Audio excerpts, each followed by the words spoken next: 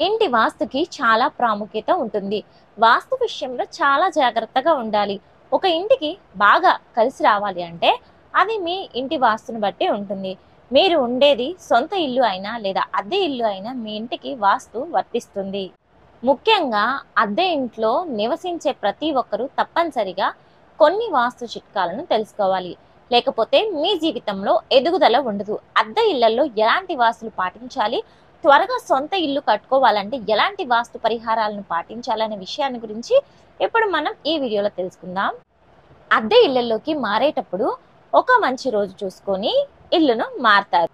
అద్దె ఇళ్లలోకి మారేటప్పుడు ఒక మంచి రోజును చూసుకొని కొత్త ఇంట్లోకి వెళ్తే సరిపోతుంది. అయితే ఇంట్లో నివసించేవారు దక్షిణముఖంగా ఇంటిని ఎంచుకోవాలి.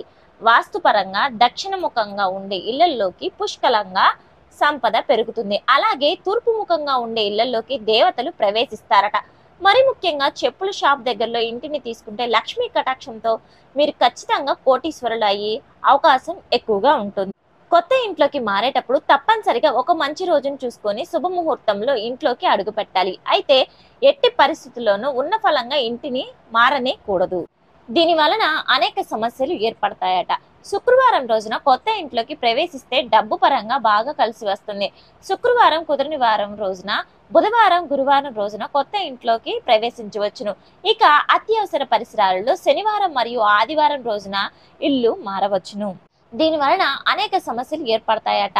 శుక్రవారం రోజున కొత్త ఇంట్లోకి ప్రవేశిస్తే ధనపరంగా మరియు ఐశ్వర్యంగా కష్ట సుఖాలు కూడా తొలగిపోతాయి. కానీ పొరపాటును కూడా సోమవారం మరియు మంగళవారం రోజుల్లో కొత్త ఇంట్లోకి అడుగు పెట్టకూడదు. ఈ 2 రోజుల్లో ఇల్లు మారితే మీ ఇంట్లో సమస్యలు ఏర్పడతాయట.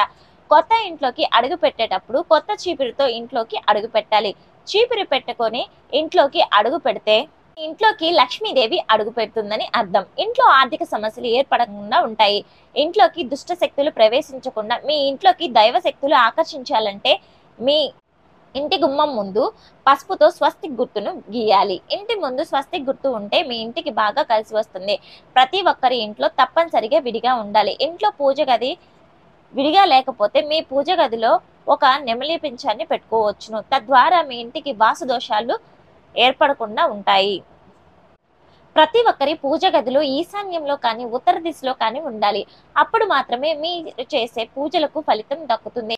వాస్తు ప్రకారం మీ ఇంటికి దిష్టి మంత్రాన్ని కట్టుకోవాలి. నరదిష్టి భయంకరమైన ఎదురింటి చెడు చూపులు మరియు పక్కింటి చెడు చూపులు ఇంటిపై పడితే మన కుటుంబం అంతా అల్లకల్లోలం సర్వనాశనం అయిపోతుంది. కాబట్టి ప్రతి ఒక్కరి ఇంటి ముందు తప్పనిసరిగా దృష్టి యంత్రాలను కట్టుకోవాలి. ఇంటి ముందు గుమ్మడికాయ కట్టుకుంటే చాలా మంచిది. అలాగే కలబందల మొక్కను కూడా కట్టుకోవచ్చును. కలబంద ఎంత మంచిగా పచ్చగా ఉంటే మన ఇంట్లో అంత మంచిగా ఉంటుందని అర్థము. అది గనక ఎండిపోతే మన ఇంట్లో సమస్యలు మొదలైనట్టే. అలాగే ఒక ఎర్రటి వస్త్రంలో ఉప్పును మూట కట్టి గుమ్మానికి వేలాడదీస్తే ఇంట్లో ఉన్న డబ్బు సమస్యలన్నీ ఏర్పడకుండా ఉంటాయి.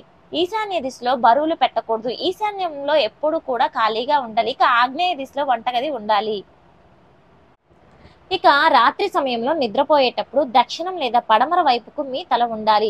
ఉత్తర వైపుకు తలపెట్టి నిద్రపోకూడదు. అద్దె ఇంట్లో నివసించేవారు మీ పూజ గదిలో డోర్లను ఉండేలాగా చూసుకోవాలి. అయితే ఎట్టి పరిస్థితుల్లోనూ వంటగది పూజ గది విడిగా ఉండకూడదు. డబ్బు పరంగా బాగా కలిసి రావాలంటే మీ ఇంటికి బాగా మీరు నివసిస్తున్న ఇంట్లో ప్రధాన ద్వారానికి ఎదురుగా ఒక చిన్న అద్దాన్ని పెట్టుకోవాలి. తలుపుకి కూడా ఎదురుగా అద్దం ఉంటే మీ ఇంటికి ఆదాయం బాగా పెరుగుతుంది. ఇక మనలో చాలా మందికి సొంత ఇంటి కల ఉంటుంది. సొంత ఇల్లు కట్టుకోవాలంటే లేదా ఒక ఇంటిని కొనుక్కోవాలి అనుకున్నా తలుపుకి ఎదురుగా అద్దం ఉంటే మీ ఇంటికి ఆదాయం బాగా పెరుగుతుంది. ఇక మనలో చాలా మందికి సొంత ఇంటి కల ఉంటుంది. సొంత ఇల్లు కట్టుకోవాలని లేదా ఒక ఇంటిని కొనుక్కోవాలని కోరుకుంటూ ఉంటారు.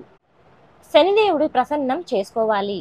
మన ఇంటిపై శనిదేవుని అనుగ్రహం ఉంటే మీ సొంత ఇంటి కల నెరవేరుతుంది. కాబట్టి ప్రతి శనివారం మీ ఇంటి పడమర ముఖంగా ఒక చిన్న దీపాన్ని వెలిగించి శని స్తోత్రాన్ని చదవాలి. మీ సొంత ఇంటి కల ఖచ్చితంగా నెరవేరుతుంది.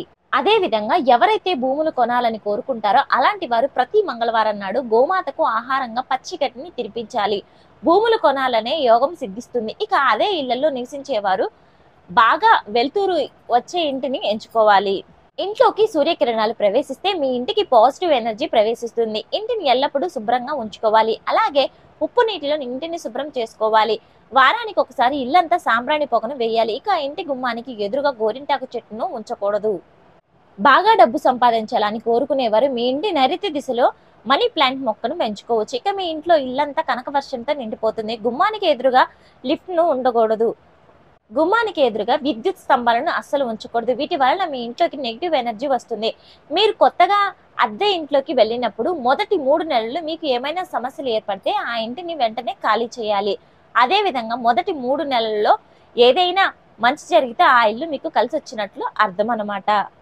కాబట్టి మొదటి 3 నెలల్లో మీకు అద్దె ఇల్లు కలిసి వస్తుందా లేదా అన్న విషయాన్ని సులభంగా అర్థం చేసుకోవాలి. ఇల్లు కట్టుకోవాలని కోరుకునేవారు ఎక్కువగా దాన ధర్మాలు చేయాలి. ఇది మీకు పుణ్యం వస్తుంది. నైరుతి దిశలో బాల్కనీ ఉంటే కుటుంబాలలో అనారోగ్య సమస్యలు పెరుగుతాయి.